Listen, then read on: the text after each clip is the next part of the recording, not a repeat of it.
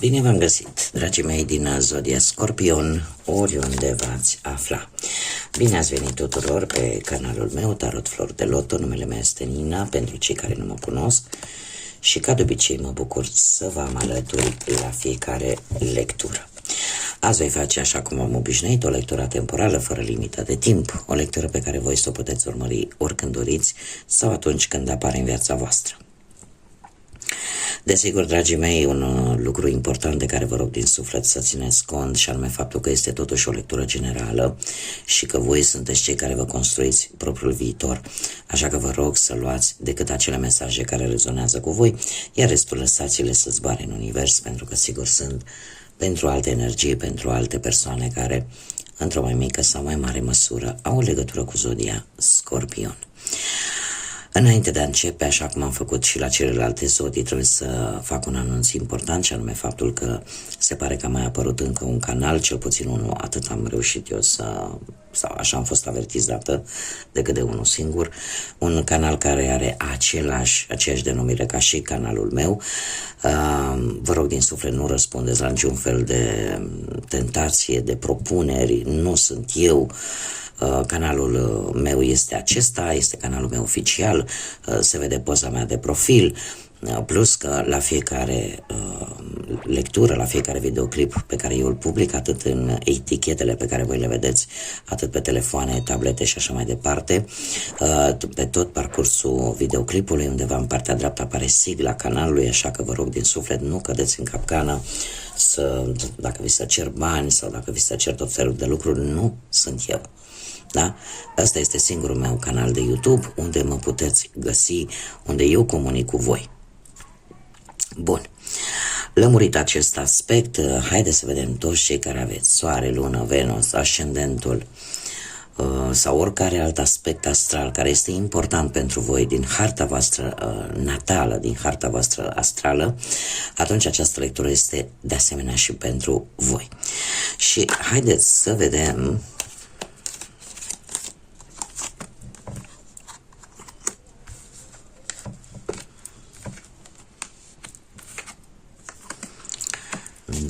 foarte interesant. Haideți să vedem care este situația actuală, dragii mei. Dragi. Avem rechinul. Se pare că s-a activat acea energie de supraviețuire pentru unii dintre voi cu ceva timp în urmă. De ce? Pentru că este ceva care vă dă târcoale sau simțiți că e o energie negativă în jurul vostru, ori simțiți că parcă cineva vă fură din energie, vă fură poate din timp, vă mănâncă timpul și timpul este foarte prețios. Sau poate pur și simplu voi simțiți cumva că sunteți poate priviți, că cineva poate se comportă un pic suspect pe lângă voi și lucrul ăsta vă face, culmea, să fiți mai puternici și să vă focusați mult mai mult pe obiectivul vostru. E posibil să fie vorba de o concurență, da? O concurență un pic neloială, ca să zic așa, dar se pare că voi sunteți focusați pe ce aveți voi de făcut. În prezent avem Cinerele, da? Care ne vorbește posibil chiar de o propunere de căsătorie pentru unii, pentru alții ne vorbește de un compromis foarte important, care vine cu sau o legătură foarte importantă, da? Un contract, o propunere foarte importantă în acest moment. Lucru care se va definitiva, din câte văd eu aici, în următoarea perioadă, prin semnarea unor documente oficiale sau legale, da? Avem această balanță care ne vorbește despre semnare, da? Semnare, acte, contracte, ceva foarte semnificativ care va echilibra foarte mult lucrurile. Haideți să mergem mai departe și să vedem ce ne spune acest tarot al zânelor pentru voi, dragilor din Scorpion. Și începem cu viața profesională. Ce vine pentru dragii mei din Scorpion în următoarea perioadă? Dragii mei dragi, se pare că pe partea asta a muncii ați început să primiți cu ceva timp în urmă anumite recompense pentru munca dură pe care ați depus-o în ultima vreme. Mulți dintre voi se pare că ați reușit să faceți lucruri singurei și este știut la nivel general pentru Zodia Scorpion. Scorpionii în general lucrează cel mai bine singuri. Își creează, au acea creativitate și acea imaginație pe care o pot pune în practică și în felul ăsta reușesc lucruri importante cam de unii singurei așa. Sunt foarte inventivi. Și voi se pare că ați avut acest lucru și v-ați folosit de el. În prezent avem un 5 de vară, un 5 de vară care se pare că unii dintre voi realizați sau vă dați seama pur și simplu că nu trebuie să vă pierdeți încrederea, pentru că parcă știți undeva în interiorul vostru că totul se întâmplă cu un motiv, așa că în acest moment poate ar fi bine să vă îndepărtați de toate gândurile negre și poate chiar să încercați oarecum să meditați un pic la ceea ce vă stârnește acea stare de teamă, poate, sau stare de frică, sau ceea ce vă preocupă pe voi și ajungeți la concluzia că pur și simplu nu trebuie să vă pierdeți încrederea, pentru că dacă nu știți acum, nimic nu este întâmplător în viață. Toate vin cu un scop. Viitorul pe partea asta muncii cu împăratul, nu știu dacă Zodia Berbec vă spune ceva, dar sunteți, dacă e vorba strict de voi, se pare că veți fi mult mai organizați, mult mai logici, în așa fel încât să vă creșteți probabilitatea de a reuși în domeniul ăsta profesional. Sunteți mult mai structurați, nu mai faceți lucrurile așa cum vin, nu încercați să le puneți să fiți mai organizați și dar în același timp nu vă pierdeți compasiunea, nu vă pierdeți valoarea voastră, da? Pe care o aveți. E posibil ca unii dintre voi să aveți, nu știu, ori vreun șef, ori să aveți un șef nou, sau poate să faceți nu știu, să vă folosiți logica și rațiunea în așa fel încât să aveți rezultate pozitive, iar unii dintre voi aș zice că veți căuta poate vreun loc de muncă unde, cum să spun eu, în acele locuri unde disciplina este prioritară. Alții e posibil să mizeze foarte mult pe o poziție socială mai înaltă, pe un rang mai înalt. Da? Și lucrul ăsta să vă facă așa, să aveți o atitudine un pic mai autoritară, mai disciplinată, dar, cum am mai spus, fără să vă pierdeți caracterul vostru principal. Și e posibil aici să apară și influența posibil ori a unui tată, socru, frate mai mare să vă influențeze, să vă împingă un pic așa de la spate și poate să aibă sau nu legătură cu Zodia Berbec. Haideți să vedem cu bănuții cum stați. Avem un 6 de primăvară. Bun. Se pare că cu bănuții cu ceva timp în urmă ați făcut niște alegeri. Niște alegeri care încet au început să dea roade. Și este legat, aș zice, de ceva public pentru unii dintre voi. Adică ați cules anumiți bănuți într-o investiție, ca să zic așa, pe care voi ați făcut-o, dar care a avut ceva legătură cu publicul, ori pe internet. Ceva va ieși bine. În prezent, dragilor, ceva se încheie. În sfârșit, se pare că unii dintre voi puteți să spuneți, știi, ce a fost mai greu a trecut în ceea ce privește bănuții. Se termină ceva, se termină o situație. O situație care pe voi vă cam deranja și care avea legătură cu banii. Și în felul ăsta se pregătesc lucruri noi și importante pentru voi în ceea ce privește partea asta financiară. Și trebuie să vă spun că așa cum avem un final, în următoarea perioadă vom avea și un început. Și avem acest nou de vară care este minunat și care îți spune în felul următor: dorințele tale în ceea ce privește ori o situație financiară, ori pur și simplu bănuții în ceea ce te privește, anumite dorințe devin realitate.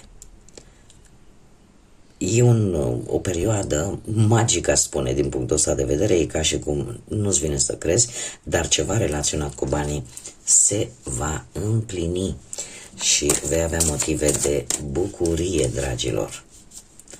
Da, problemele se îndepărtează și nu știu, vine o lovitură, că poate să fie de noroc, că poate recuperezi niște bani care păreau total imposibil de recuperat, sau poate un câștig spontan, ceva neașteptat vine în viața voastră și parcă vă redă acea licărire de bucurie în ochi. Haideți să vedem cu dragostea cum stați, dragilor, și începem cu, desigur, cu cei care sunteți deja angrenați într-o relație. Dragii mei, ați avut o perioadă în care ați fost foarte distrași.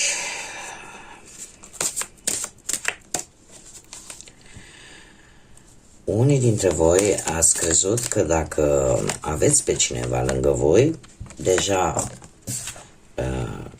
e de ajuns. Cumva eu aș spune că un pic de monotonie s-a instalat în viața voastră. Și de aici a apărut așa o ușoară plictiseală, o ușoară rutină care, cum știm bine, nu prea e benefică relațiilor. Prezentul cu acest top de primăvară, se pare că în acest moment mulți dintre voi sunteți destul de stresați, tocmai pentru că au venit parcă prea multe dintr-o dată și lucrul ăsta afectează relația. Încercați cumva să le faceți pe toate, încercați să vă împărțiți peste tot și schimbările astea bruște care vin în viața voastră nu fac altceva decât să mărească și mai mult stresul. Nu fac altceva decât să vă cam, cum să zic eu, consume foarte mult din punct de vedere energetic și să nu vă faceți timp pentru relația voastră. De asemenea, optul de primăvară sau optul de bâte, pe partea asta dragostei spune că există ceva de rezolvat în relația voastră, dar depinde de voi și de cum acționați voi. Poate ar trebui unii dintre voi să nu mai așteptați și să începeți să vă puneți în mișcare. Da? Alții, poate, care aveți de obicei, vă faceți relații într-un mod foarte rapid. Poate că în acest moment deja vă puneți întrebarea dacă relația respectivă poate avea viitor sau nu. Cert este că în următoarea perioadă e posibil să fie nevoie de un mic ajutor în ceea ce privește relația voastră, dragilor. Unii dintre voi se simt tare singuri. Sau poate simțiți că perechea voastră nu vă tratează așa cum meritați. Și probabil că la un moment dat, într-un viitor apropiat, veți încerca să evaluați un pic situația și să vedeți de fapt cum stați în ceea ce privește relația voastră. Vă simțiți un pic sărăciți, ca să zic așa, ca și cum lipsesc niște sentimente. Acum, știți cum e când sunt doi, se împarte la doi. Acum puteți să adaptați. Da? Fiecare își cunoaște situația proprie și puteți să adaptați, pentru că puteți fi voi, puteți să fie și o parte și persoana voastră de interes, perechea voastră. Dar aici cineva se simte sărăcit de sentimente. Haideți să vedem cei care sunteți singurei, dragii mei, din Scorpion, în urma poate a văduviei, a unui divorț, a unei separări sau a faptului că nu ați găsit până acum jumătatea. Foarte interesant, dragii mei dragi. Voi a fost o perioadă, dragilor, în care nu v-ați grăbit deloc. Nu știu dacă zodia Săgetător vă spune ceva, dar în ultima perioadă ați simțit nevoia într-un mod mult mai acut de a fi lângă cineva, de a vă simți într-un anumit echilibru. E ca și cum ai zice, îmi lipsește ceva, simt că îmi lipsește ceva, sau poate unii dintre voi aveți ceea ce vă doriți din punct de vedere material, profesional, dar ceea ce vă trebuie cel mai tare, exact aia vă lipsește. Și lucrul ăsta se vede, s-a văzut în ultima perioadă. Cumva ai avut, totuși nu v-ați grăbit și ați încercat să luați lucrurile așa pas cu pas. În prezent avem steaua care vorbește de optimism, vorbește de optimism și de credința că ai puterea de a muta munții din loc dacă îți pui lucrul ăsta în cap.